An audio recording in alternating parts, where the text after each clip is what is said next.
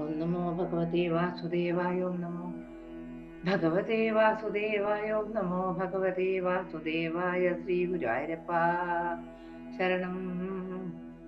സർവത്ര ദേവീ നാമ സങ്കീർത്തനം. ജയ ജയ മഹാദേവി. സർവമംഗളമംഗല്യേ ശിവേ സർവാർത്ഥ സാധികേ ശരണ്യേ ത്രംബകേ ദേവി നാരായണീ നമോസ്തുതേ. ശ്രീ ഗുരുവായൂരപ്പ ശരണം. ശ്രീ മഹാദേവി നമ. കുമാരികാ കഥനം ആണ് 27ാമത്തെ അധ്യായത്തില്. കുമാരികാ കഥനം എന്നുള്ള ഭാഗമാണ് നമ്മൾ വർണ്ണിക്കാൻ പോകുന്നത്. വ്യാസം പറയുന്നു, കുമാരി പൂജക്ക് എടുക്കുന്ന ബാലികമാരുടെ പ്രായം മാത്രം നോക്കിയാൽ പോരാ.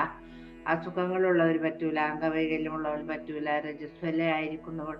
രജസ്വലാവേണ്ട പ്രായത്തിന് മുമ്പേ 10 വയസ്സ് വരെ എന്ന് പറഞ്ഞല്ലോ. അതിനു മുമ്പ് എന്നാലും രജസ്വലാവൊന്നും ചെയ്യില്ലല്ലോ കുട്ടികള്. വിധവാപുത്രി, കരൂപിണി, കുരൂപിണി, രോഗിണി, കന്യക പ്രസവിച്ചവൾ തുടങ്ങിയവരൊന്നും പൂജാർഹരല്ല. പ്രസരിപ്പും സൗന്ദര്യവുമുള്ളവളും ശരിയായ പിതാവിന് ജനിച്ചവളെയും വേണം പൂജക്ക് തിരഞ്ഞെടുക്കാൻ. കാര്യസാധ്യത്തിന് വിപ്രകന്യക, വിജയത്തിന് ക്ഷത്രകന്യക, ലാഭം കിട്ടാൻ വൈശ്യന്മാർക്ക് ഈ 3 തരത്തിലുള്ള കന്യകമാരെയും 4 വർണ്ണത്തിലും പെടുന്ന കന്യകമാരെ ശൂദ്രനും തിരഞ്ഞെടുക്കാം. വിധിപ്രകാരം ആവണം കേട്ടോ. ആ പൂജകൾ ഇങ്ങനെ കാട്ടിക്കുട്ടിപ്പിച്ച പോരാ. ഉത്തമ പൂജകൾ നടത്താൻ നവരാത്രി കാലം അത്യുത്തമമാണ്. അതാണ് ഏറ്റവും നല്ല സമയം. നിത്യപൂജക്ക് കഴിവില്ലാത്തവർ അഷ്ടമി തിഥിയിലെങ്കിലും ദേവി പൂജ ചെയ്തിരിക്കണം. ദക്ഷയാഗ സമയത്ത് ഭദ്രകാളി പ്രത്യക്ഷപ്പെട്ട തിഥിയാണ് അഷ്ടമി. അതിനാൽ അഷ്ടമിക്ക് പൂജ ചെയ്യുന്നത് അത്യുത്തമമാണ്. നാനാവിധ ഉപഹാരങ്ങളെ കൊണ്ടും ദേവിയെ ഭക്തിപൂർവ്വം പൂജിക്കണം. പലതരത്തിലുള്ള നിവേദ്യങ്ങൾ വെക്കണം. പൂജ ചെയ്യുന്നതിന്റെ ധനസ്ഥിതിക്കനുസരിച്ച് പൂജയും വിപുലമാക്കാം. പാവങ്ങൾക്ക് പണക്കാർക്ക് ഒരേപോലെ അല്ലല്ലോ. നവരാത്രി കാലം മുഴുവൻ ഉപവസിച്ച് പൂജ ചെയ്യുവാൻ സാധ്യമല്ലെങ്കിൽ സപ്തമിയോ തൊട്ട് ഉപവസിച്ച് നവരാത്രി പൂജ ചെയ്താലും ഉദ്ദേശിച്ച ഫലം ലഭിക്കാതിരിക്കില്ല കേട്ടോ.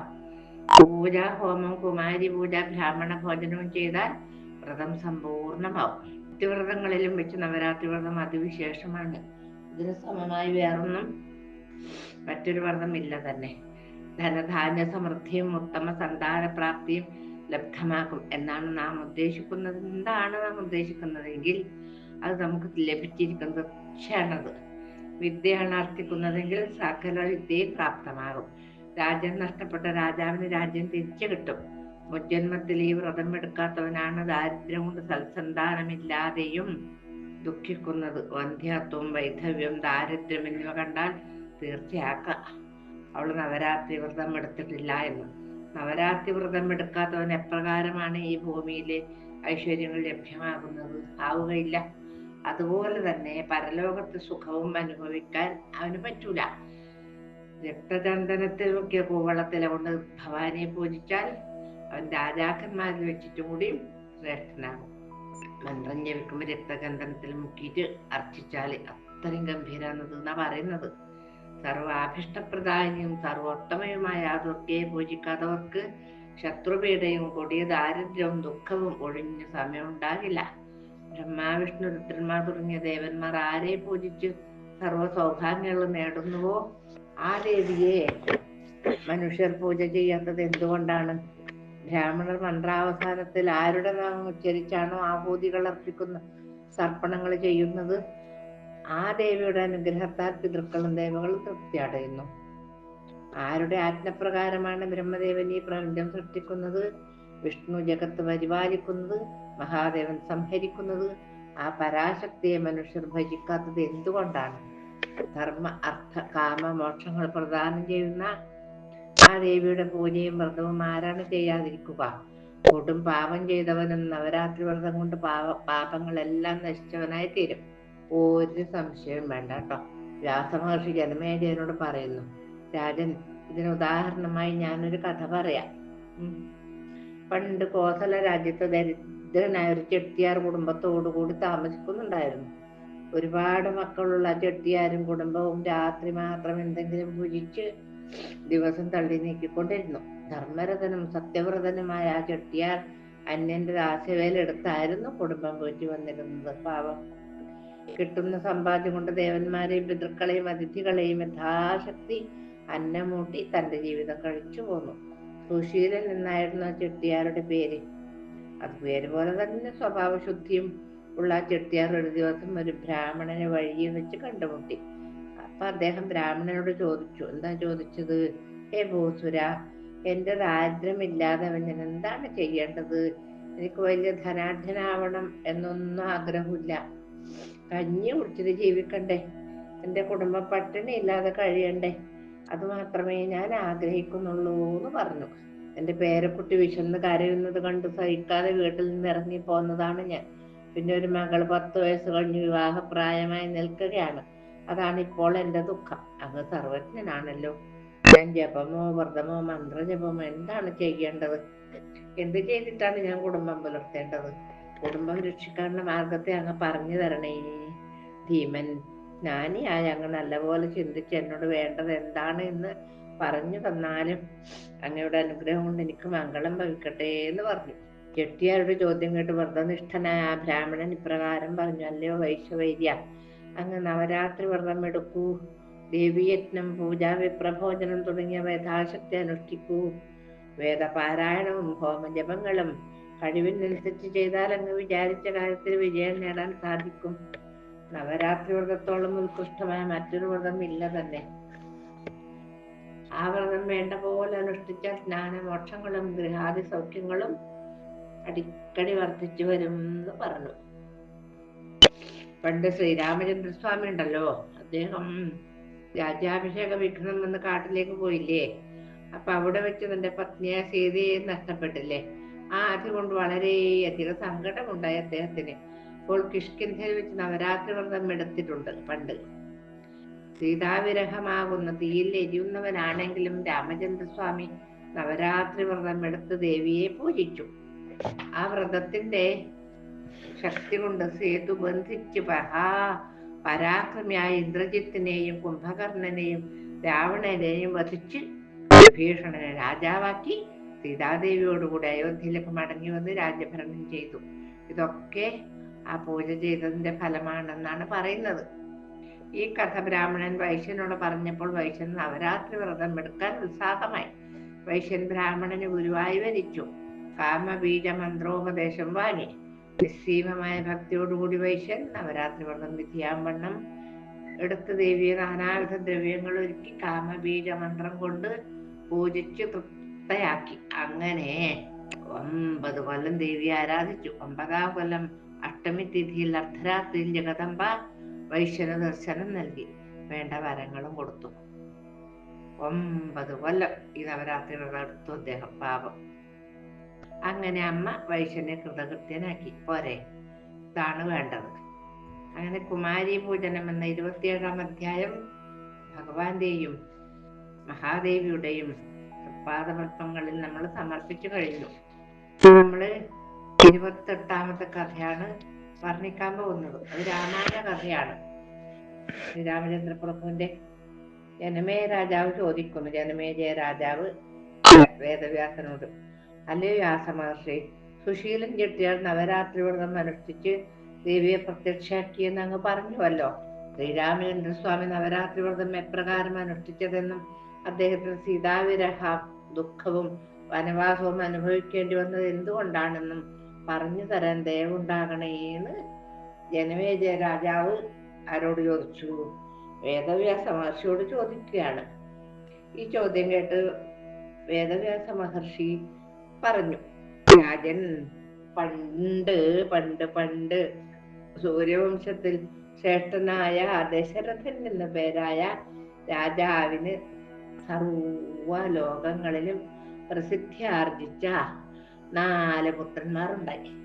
4 പുത്രന്മാരങ്ങനെ ഉണ്ടായി എന്നൊന്നും ഇപ്പൊ പറഞ്ഞിട്ടുമില്ല. ഈ പുത്രന്മാരുണ്ടാവട്ടെ കാരണം പറയണ്ടേ, അത് പറഞ്ഞിട്ടില്ല കേട്ടോ. ശ്രീരാമൻ, ഭരതൻ, ലക്ഷ്മണൻ, ശത്രുഘ്നൻ എന്നായിരുന്നു അവരുടെ പേര്. ദശരഥന്റെ ആദ്യ ഭാര്യയായ കൗസല്യാദേവിയിൽ ശ്രീരാമനും കൈകേയിയിൽ ഭരതനും സുമിത്രയിൽ ലക്ഷ്മണ ശത്രുഘ്നന്മാരും ജനിച്ചു. കൊച്ചു കുട്ടികളായിരുന്നപ്പോൾ തന്നെ അവർ സർവവിദ്യകളിലും പ്രാവീണ്യം നേടി. സംസ്കാരം കൊണ്ടും ഗുണവൈശിഷ്ട്യങ്ങളെ കൊണ്ടും ആ ബാലന്മാർ മാതാപിതാക്കന്മാർക്കും ജനങ്ങൾക്കും സന്തോഷത്തെ പ്രദാനം ചെയ്യുക തന്നെ ചെയ്തു എന്ന് പറയണം. ഒരു ദിവസം വിശ്വാമിത്ര മഹർഷി തന്റെ യാഗരക്ഷയ്ക്ക് വേണ്ടി രാമലക്ഷ്മണന്മാരെ കൂടെ അയക്കാമോ എന്ന് ദശരഥ മഹാരാജാവിനോട് ചോദിച്ചു. രാജാവിന്റെ സമ്മതത്തോടെ മഹർഷി രാജകുമാരന്മാരെ കൂട്ടി വനത്തിലേക്ക് യാത്രയായി. വഴിമധ്യേ കാമചാരിണിയായ താടക എന്ന രാക്ഷസിയെ മഹർഷിയുടെ കൽപ്പന പ്രകാരം ശ്രീരാമൻ വധിച്ചു. പിന്നീട് യാഗരക്ഷാർത്ഥം സുബാഹുവിനെ കൊന്നു. മാരീചൻ എന്ന അസുരനെ ജയിക്കുകയും ചെയ്തു. മാരീചൻ വന്ന് പാദത്തിൽ വീണിട്ട് സാഷ്ടാംഗം വീണിട്ട് രക്ഷിക്കണേ രക്ഷിക്കണേ എന്ന് പറഞ്ഞു. അപ്പൊ അവനെ രക്ഷിക്കാതിരിക്കാൻ പറ്റൂലല്ലോ. പിന്നീട് അവർ മിഥിലാ നഗരത്തേക്ക് പുറപ്പെട്ടു. വഴിയിൽ വെച്ച അഹല്യാദേവിക്ക് ശാപമോക്ഷം കൊടുത്ത് പരിശുദ്ധിയാക്കി. അതിനുശേഷം വിശ്വാമിത്ര മഹർഷിയോടൊപ്പം രാമലക്ഷ്മണന്മാർ വിദേഹ രാജ്യത്തിൽ പ്രവേശിച്ചു. അവിടെ ജനക മഹാരാജാവ് നിത്യം പൂജ ചെയ്യുന്നൊരു ശൈവ ചാപം ഉണ്ടായിരുന്നു കേട്ടോ. ആ ചാപം ഖണ്ഡിക്കുന്നവനെ തന്റെ മകളായ സീതയെ പാണിഗ്രഹണം ചെയ്ത് കൊടുക്കുകയുള്ളൂ എന്ന് ഒരു വ്യവസ്ഥയും രാജാവ് വെച്ചിട്ടുണ്ടായിരുന്നു. അങ്ങനെ വിശ്വാമിത്രന്റെ സമ്മതത്തോടുകൂടി ശ്രീരാമചന്ദ്രൻ ആ ശൈവചാപത്തെ ഖണ്ഡിച്ചു. ലക്ഷ്മി ദേവിയുടെ അംശം തന്നെയായ സീതാദേവിയെ ശ്രീരാമൻ വേളി കഴിച്ചു. ജനക മഹാരാജാവ് അയോധ്യയിലേക്ക് ഭടന്മാരെ അയച്ച് ദശരഥ രാജാവിനെയും രാജ്ഞിമാരെയും വരുത്തി ആഘോഷമായി മറ്റു 3 പെൺകുട്ടികളുടെയും വിവാഹം ദശരഥന്റെ പുത്രന്മാരായ ഭരതൻ, ലക്ഷ്മണൻ, ശത്രുഘ്നൻ തുടങ്ങിയ രാജകുമാരന്മാരുമായി വിധി പോലെ നടത്തി. വിവാഹത്തിന് ശേഷം എല്ലാവരും അയോധ്യയിലേക്ക് മടങ്ങി. മിഥിലയിൽ നിന്ന് തിരിച്ചെത്തിയ രാമൻ രാജ്യം ഭരിക്കാൻ പ്രാപ്തനായി എന്ന് മനസ്സിലാക്കി. ആര് മനസ്സിലാക്കി? ദശരഥ മഹാരാജാവ് മനസ്സിലാക്കി. എന്റെ മോൻ ഉഷാറായിട്ടുണ്ട്, നീ രാജ്യം ഏൽപ്പിച്ചു കൊടുത്താല് നന്നായി നോക്കിക്കോളും എന്ന് മനസ്സിലാക്കി അദ്ദേഹം. എന്നിട്ടോ ദശരഥൻ രാമന്റെ രാജ്യാഭിഷേകം നിശ്ചയിച്ചു. ഈ ഒരുക്കങ്ങളെ പറ്റി മനസ്സിലാക്കി കൈകേയി പണ്ട് ദശരഥ രാജാവ് തനിക്ക് തന്ന 2 വരത്തിനെ ചോദിച്ചു. അത് മന്ധര കാരണം. മന്ധരയും കാരണമല്ല. ദേവന്മാര് ഇപ്പൊ ശ്രീരാമൻ ഭൂമിയിൽ അവതരിച്ചത് കുറെ കാര്യങ്ങൾ ചെയ്യാനാണ്. അതൊന്നും ചെയ്യാതെ ഇവിടെ രാജാവായിട്ട് അഭിഷേകം ചെയ്തിരുന്ന വേറെ കാര്യങ്ങളൊന്നും നടക്കൂല. അതായത് രാവണവധം, രാക്ഷസ വംശം നശിപ്പിക്കൽ മുതലായ കാര്യങ്ങളൊന്നും നടക്കൂലല്ലോ. അതുകൊണ്ട് ദേവന്മാര് സരസ്വതി ദേവിയെ അയച്ച് മന്ധരയുടെ നാവിന്റെ മേലെ ഇരുന്ന് മന്ധരേനെ കൊണ്ട് വാക്ക് പറയിപ്പിച്ചതാണ്. മറ്റേതിൽ മന്ധര കുറ്റക്കാരിയല്ല, കൈകേയി കുറ്റക്കാരിയല്ല, ആരും കുറ്റക്കാരിയല്ല. ശരിക്ക് പറഞ്ഞാല് ഇത് എല്ലാം ഓർമ്മിപ്പിച്ചതെല്ലാം മന്ധരയാണ്. ഏത് ഈ 2 വരെല്ലാം. അങ്ങനെ ആ വരം വാങ്ങാൻ കൈകേയി തീർച്ചയാക്കി. ഒന്നു ഭരതന് രാജാവായി അഭിഷേകം ചെയ്യണമെന്നും രണ്ടാമത് ശ്രീരാമൻ 14 കൊല്ലം വനവാസം അനുഭവിക്കണമെന്നതുമായിരുന്നു. അതുകൊണ്ടാണ് ശ്രീരാമൻ അച്ഛന്റെ സത്യത്തെ രക്ഷിക്കാനായി ഘോര രാക്ഷസന്മാർ വാഴുന്ന ദണ്ഡകാരത്തിൽ വനവാസം അനുഭവിക്കേണ്ടി വന്നു. അതാണ് പറയാതെ തന്നെ ചെയ്യണം. അച്ഛന്റെ മനസ്സിലുള്ള ആഗ്രഹം അച്ഛൻ പറയാതെ ചെയ്യുന്ന പുത്രനാണ് നല്ല പുത്രനാണ് ശ്രീരാമചന്ദ്ര സ്വാമിയുടെ അഭിപ്രായം കേട്ടോ. പറഞ്ഞിട്ട് ചെയ്യുന്നവൻ മധ്യമൻ, പറഞ്ഞാലും ചെയ്യാത്തവനോ അധമൻ. പിന്നെയും പറയുന്നവൻ അച്ഛന്റെ മലമെന്നാന്ന് പറയുന്നു. ശ്രീരാമന്റെ കൂടെ പ്രിയപത്നിയായ സീതയും പ്രിയ സഹോദരനായ ലക്ഷ്മണനും കൂടെ പോന്നിരുന്നു. മകൻ വനവാസത്തിനുമേ ദുഃഖത്തിൽ തന്റെ പൂർവ്വ ശാപത്തെയും ഓർത്ത് ദശരഥ മഹാരാജാവ് ദിവംഗതനായി. പണ്ട് നായാട്ടിന് പോയപ്പോൾ അറിയാതെ തന്റെ ശരം കൊണ്ടിൽ ഒരു മുനിബാലകൻ മരിക്കുകയും വൈശ്വകുമാരനായിരുന്നു. അതുകൊണ്ട് ബ്രഹ്മഹത്യാഭാവമൊന്നുമില്ല അദ്ദേഹത്തിന്.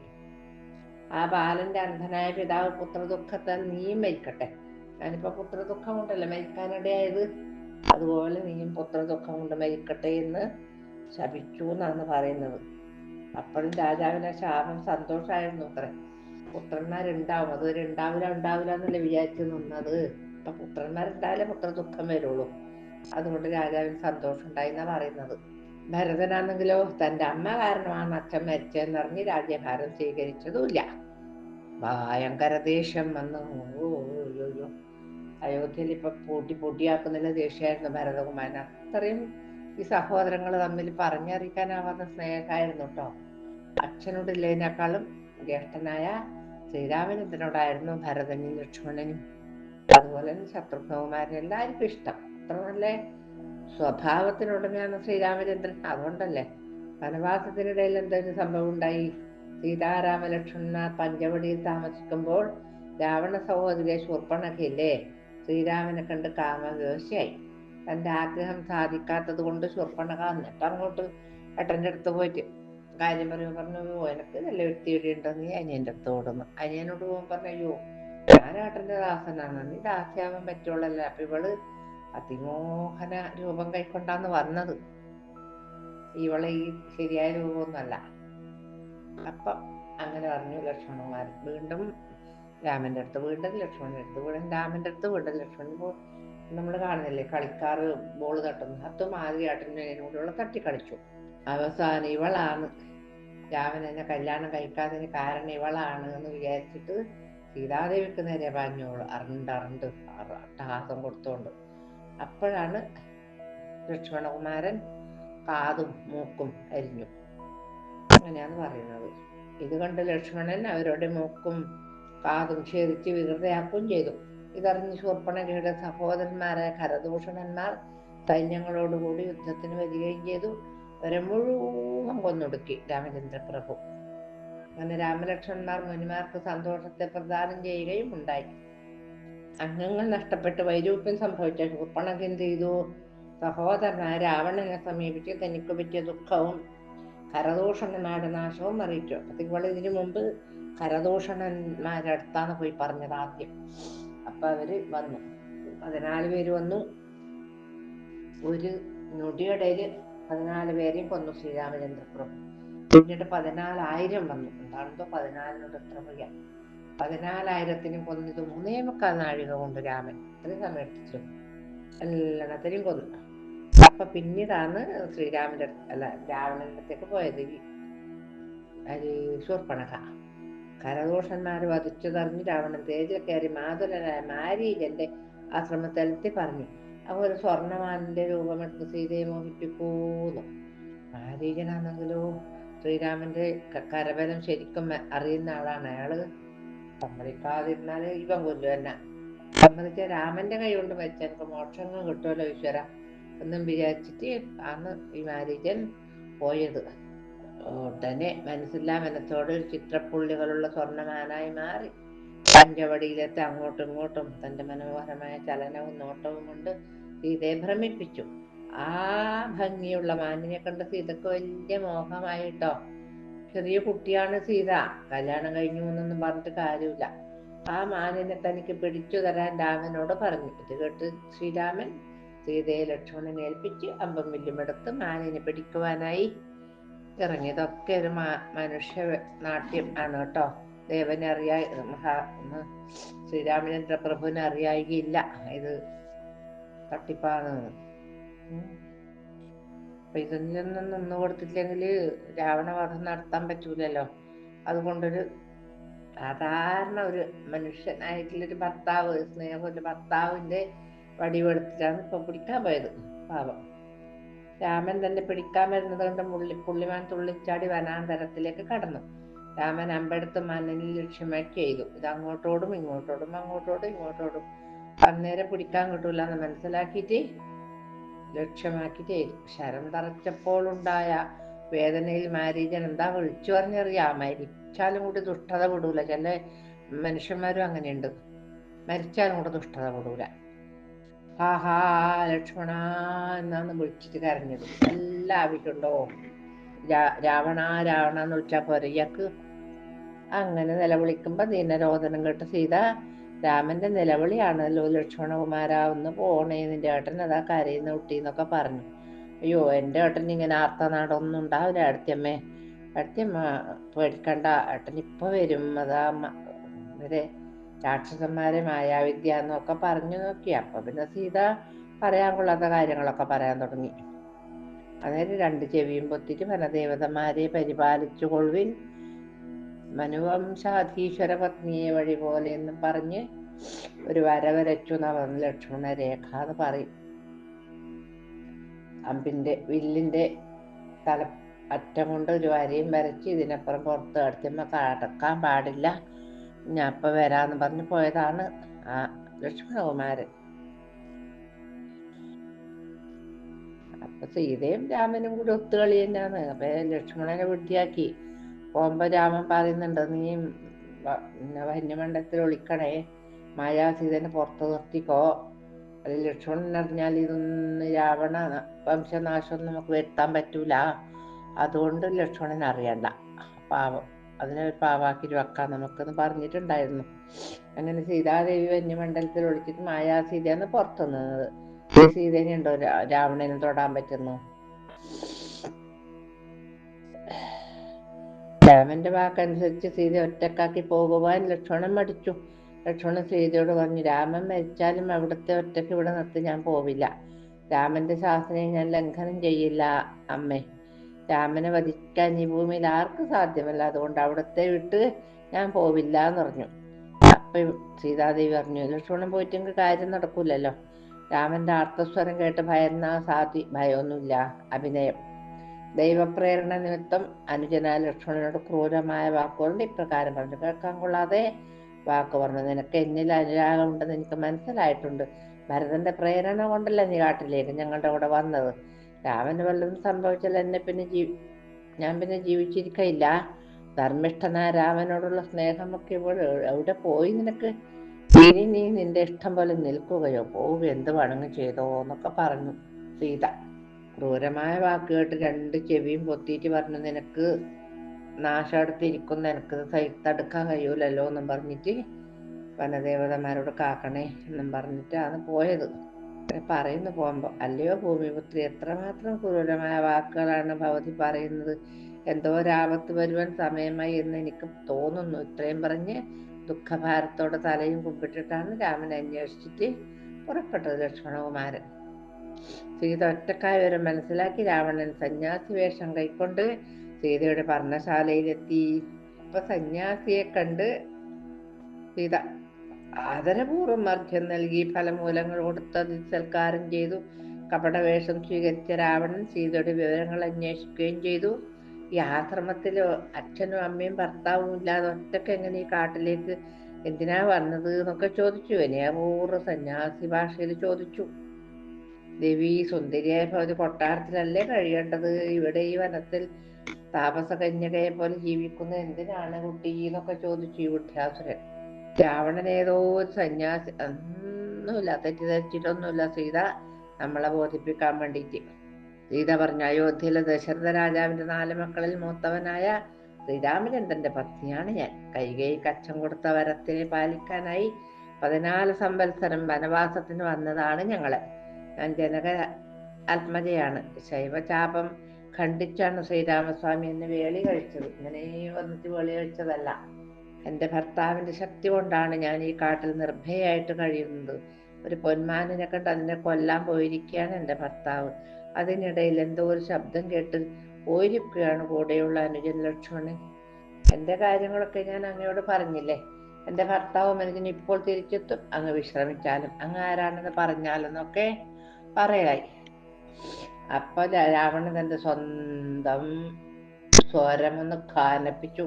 എന്നിട്ട് പറഞ്ഞല്ലോ, മരാക്ഷി, കമലാക്ഷി, മീനാക്ഷി, ലങ്കേശനായ രാവണനാണ്, മണ്ഡോദരീപതിയാണ്. നിന്നെ കൊണ്ടുപോകാൻ വേണ്ടി ഞാൻ ഈ സന്യാസ രൂപമെടുത്തതാണ്. എൻ്റെ സഹോദരി അപമാനിച്ചതിനാലും സഹോദരന്മാരെ ഖരദൂഷണന്മാരെ കാലപുരി കയറ്റതിനാലും എനിക്ക് നിങ്ങളോട് പകയുണ്ട്. കടുത്ത പക, സാധാരണ പകയല്ല. ശൂർപ്പണഖ പറഞ്ഞയച്ചു വന്നതാണ് ഞാൻ.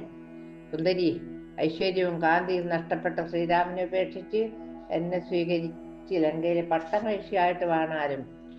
മണ്ഡോദരിയുടെയും മുകളിലാണ് നിനക്കുള്ള സ്ഥാനം. ഞാൻ നിന്നെ ഒന്നാമത്തെ പട്ട മഹിഷിയാക്കും. പട്ട രണ്ടാമത് മതിയനി കൈകെ അല്ല മണ്ഡോദരി എന്നാണ് പറയുന്നത്. എന്നെ നിന്റെ നാഥനാക്കി ലങ്കയിലേക്ക് പോന്നാലും ഞാൻ ഈ കാര്യം നേരത്തെ മോഹിച്ചതാണ്. നിന്റെ അച്ഛനോട് ഞാൻ നേരത്തെ ചോദിച്ചതുമാണ്. അപ്പോൾ ഒരു പന്തയം വെച്ചിട്ടുണ്ടെന്ന് അദ്ദേഹം പറഞ്ഞു. ശൈവജാപം ഖണ്ഡിക്കാൻ സാധിച്ചില്ലെങ്കിലോ എന്ന് ഭയന്ന് പിന്മാറിയതാണ് ഞാൻ. അന്ന് തൊട്ട് നിന്നെയും ഓർത്ത് വിരഹാഗ്നിയിൽ നേറി കഴിയുകയാണ് ഞാൻ. നിങ്ങൾ കാട്ടിലുണ്ടെന്ന് അറിഞ്ഞിട്ട് മനസ്സിലുണ്ടായിരുന്ന ആഗ്രഹത്തെ പൂർത്തീകരിക്കാൻ വന്നതാണ് ദേവി. അല്ലയോ അസിതാപാമുരി, എന്റെ പ്രേമത്തെ സഫലമാക്കൂ എന്നൊക്കെ ഈ മഹാവിദ്യയായ രാവണൻ സീതയോട് പറഞ്ഞുകൊണ്ടിരിക്കെ നമുക്ക് ഇന്നത്തെ ഭാഗം മഹാദേവീര്യം പൊന്നു തമ്പുരാനായ പൊന്നുണ്ണിക്കണ്ണൻ്റെയും പാദങ്ങൾ സമർപ്പിച്ച് കായേന വാചാ മനസേന്ദ്രിയേർവാ ബുദ്ധ്യാത്മനാ വാ പ്രകൃതേ സ്വഭാവം കരോമി യദ്യൽ സകലം പരസ്മൈ നാരായണായേതി സമർപ്പയാമി.